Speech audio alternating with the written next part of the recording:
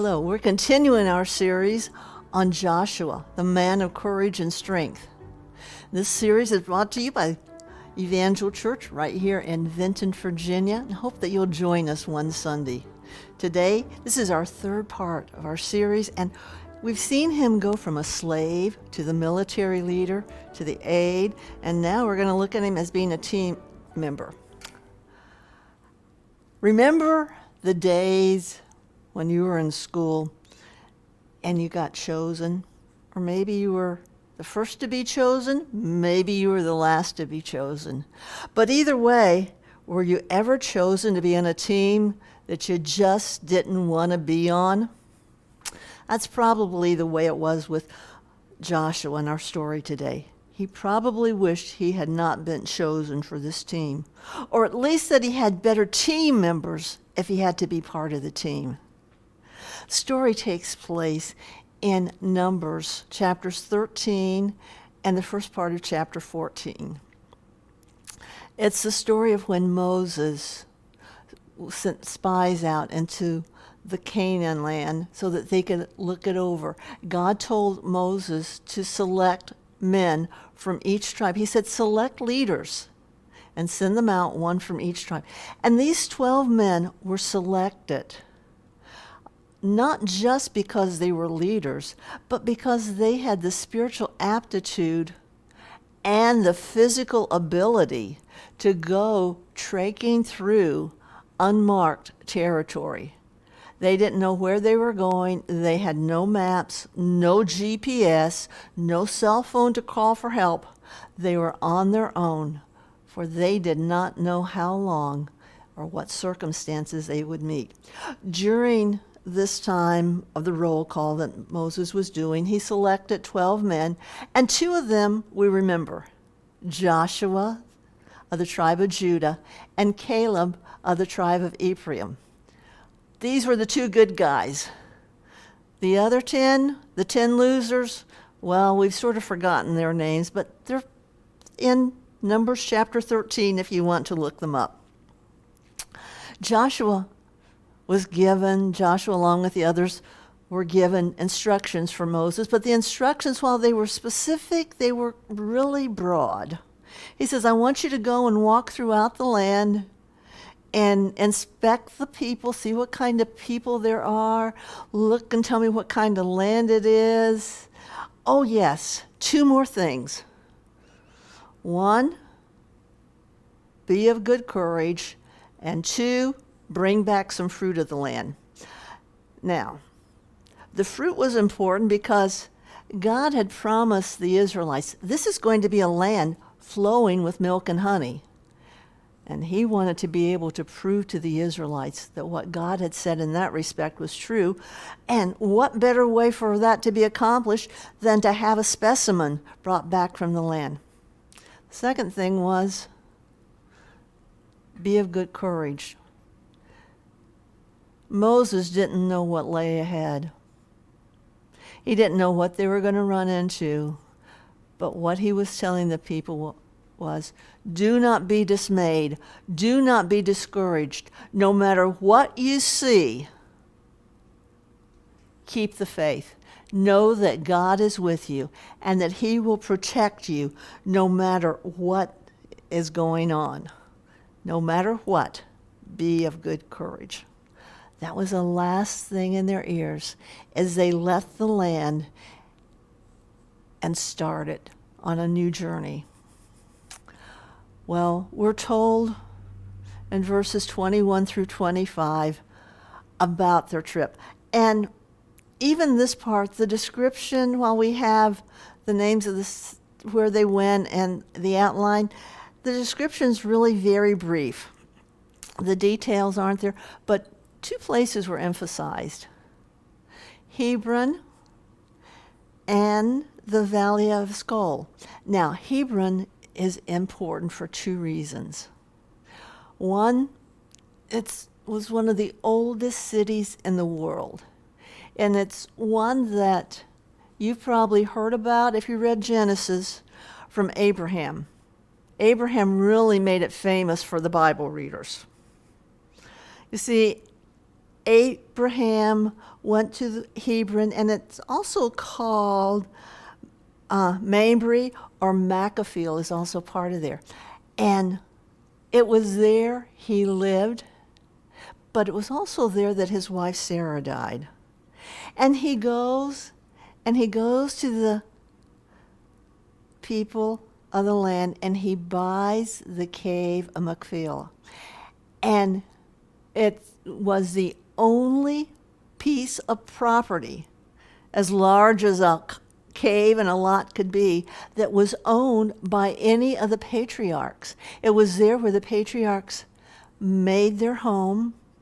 It was there where Moses told the people, let's take Joseph's bones because we promised that he'd be buried there. This had been a burial place and a hometown for all the patriarchs from Genesis on, up until the time of the Exodus. And so it was a very important place of spiritual significance. And what made it so important was it was from this place that God made the promise, I will give you this land. However, what had happened while the Israelites were in Exodus to Egypt, coming out of Exodus, the Acans moved in. And what they did was they inhabited the land, and these were big people. They were giants.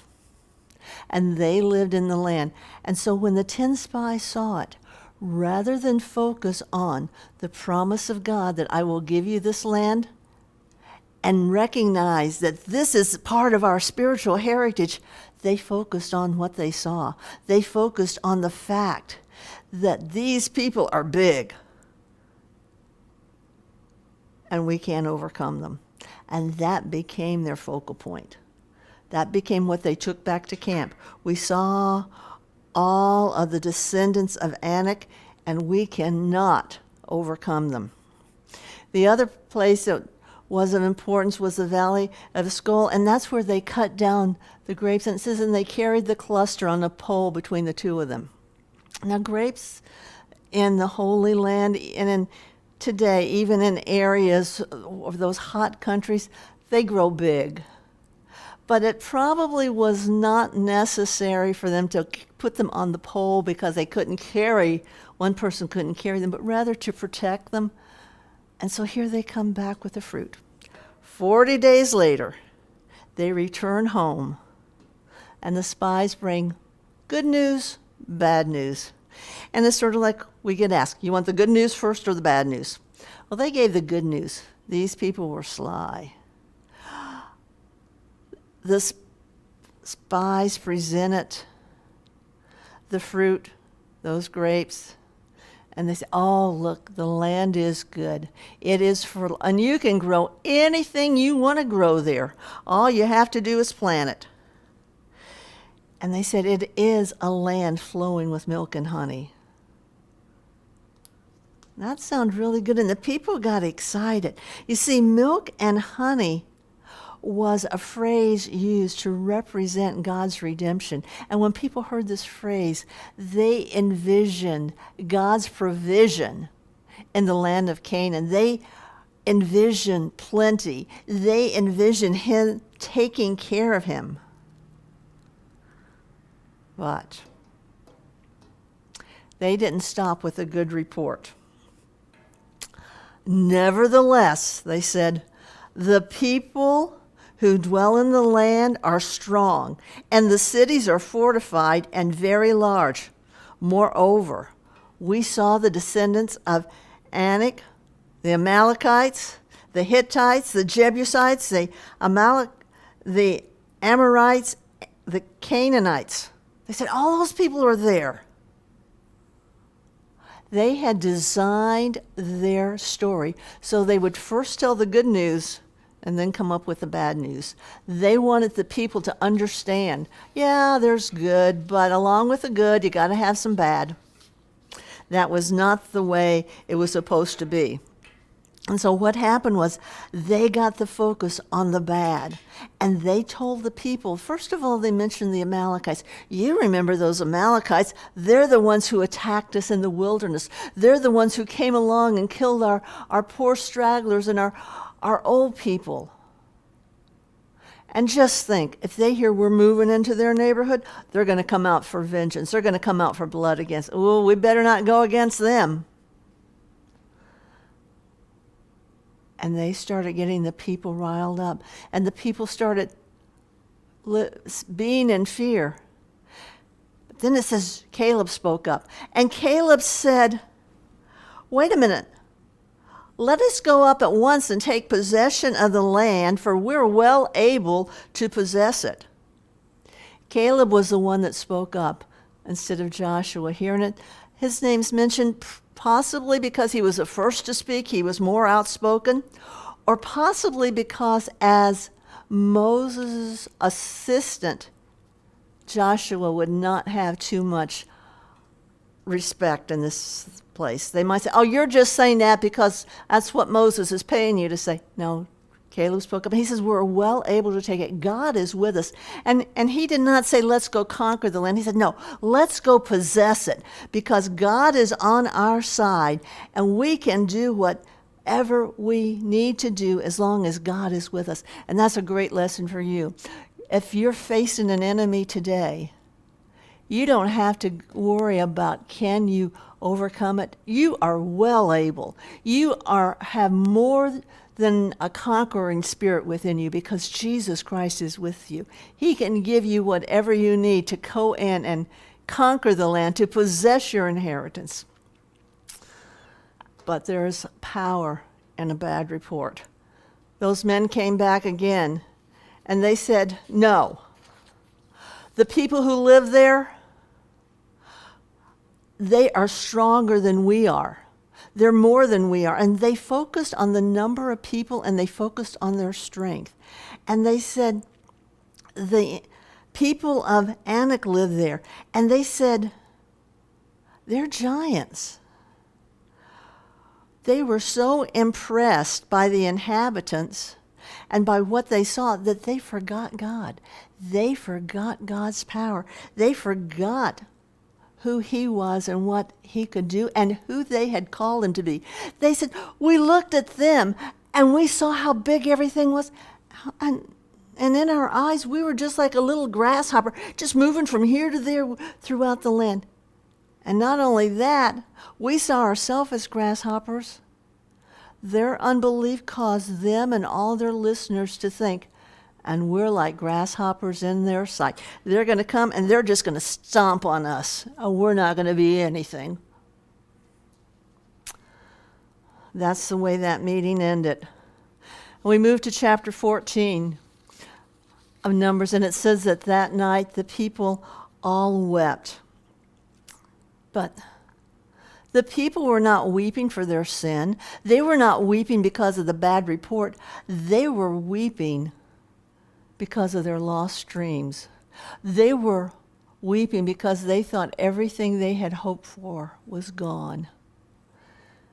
And the more they thought about that, the more they blamed Moses. And they started then. Moses did this because God told him to. And so their anger against Moses came out in slander against God. And they said, we're going to die here. It's all your fault. This is where we're going to die. And we're going to die here with all of our families. It would be better for us if we had died in Egypt or even in the wilderness. And they kept on talking like that.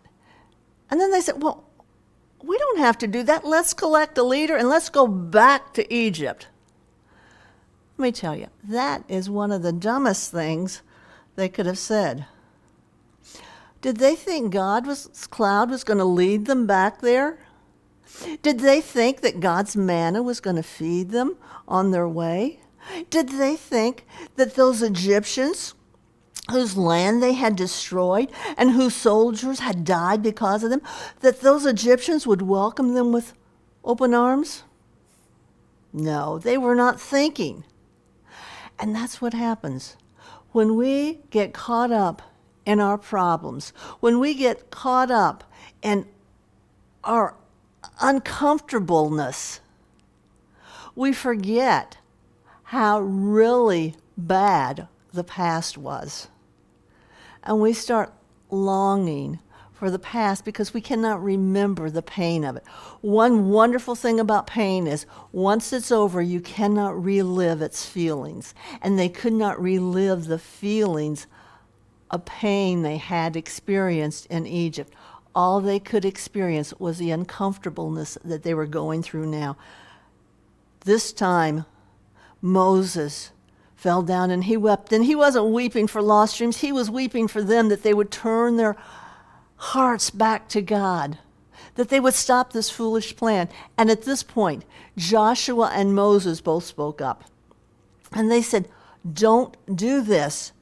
They told the people not to, be like this. The land we pass through to spy out is an exceedingly good land. And if the Lord's thought is with us, he will bring us in the land, and he will give us a land flowing with milk and honey. These two men were the same spy who were part of that team of the other spies. A team of 12 went out. 10 team members had a bad report. 2 were willing to stand up and say, this is the truth, don't listen to them. If God is on your side, you can do what you need to do. Joshua expressed that. Joshua said, the people there are large, but I saw what the others saw. And he gave a good report in context of his faith in God. He never said the cities were small. He never said the people were short. What he said was, our God is big. Our God is strong. And it doesn't matter what comes against us. It doesn't matter what the battle is. If our God is with us, we are able to do whatever we need to do. God is exceedingly good, and he will give us what we need if he delights in us, and because he delights in us. Only he followed this, words of encouragement, with a very strong warning. Only do not rebel against the Lord, for the people of the land, for they are our bread and our possession, and their protection has departed from them. And the Lord is with us. Do not fear these people. He said, these people, you're going to destroy them just like you would a piece of bread or any other common food. He said, you're just going to gobble them up. That's what he was saying. He said, don't be afraid. Their defense has left them. They have no strength because God is with you. And you can know whatever enemy you're facing. Don't worry about how big the enemy is. Think about how big God is. And God is so big, he will take you through whatever you need to go through. God is so big, he will see that you win the victory. And you don't have to worry. You don't have to be afraid. Just speak the truth and know that you will overcome. You're going to overcome no matter what happens to the rest of your team. And you see, speaking the truth is not always possible. Not always popular. It's possible, but not always popular. And it certainly wasn't then. You see, Joshua told the people, do not be afraid, do not fear. Trust in God. And we know people do not like being told what to do. That just made the matter. When Joshua started telling them what to do, they picked up stones and they were ready to stone him. They were ready to kill him. But it says, and then the glory of the Lord appeared over the tabernacle. Wow. They had not seen that happen just like that before. This was where the cloud usually appeared. But now they saw the glory of the Lord, and they knew God was on his side. And God defended Joshua. God defended Caleb and Moses and Aaron. But God was not happy with the other team players. He was not happy with the spectators. And if Moses had not interceded at that very moment, God would have destroyed all of the bad team players, all those losers, and all of the spectators. But God did listen to Moses, and he relented. And he says, okay,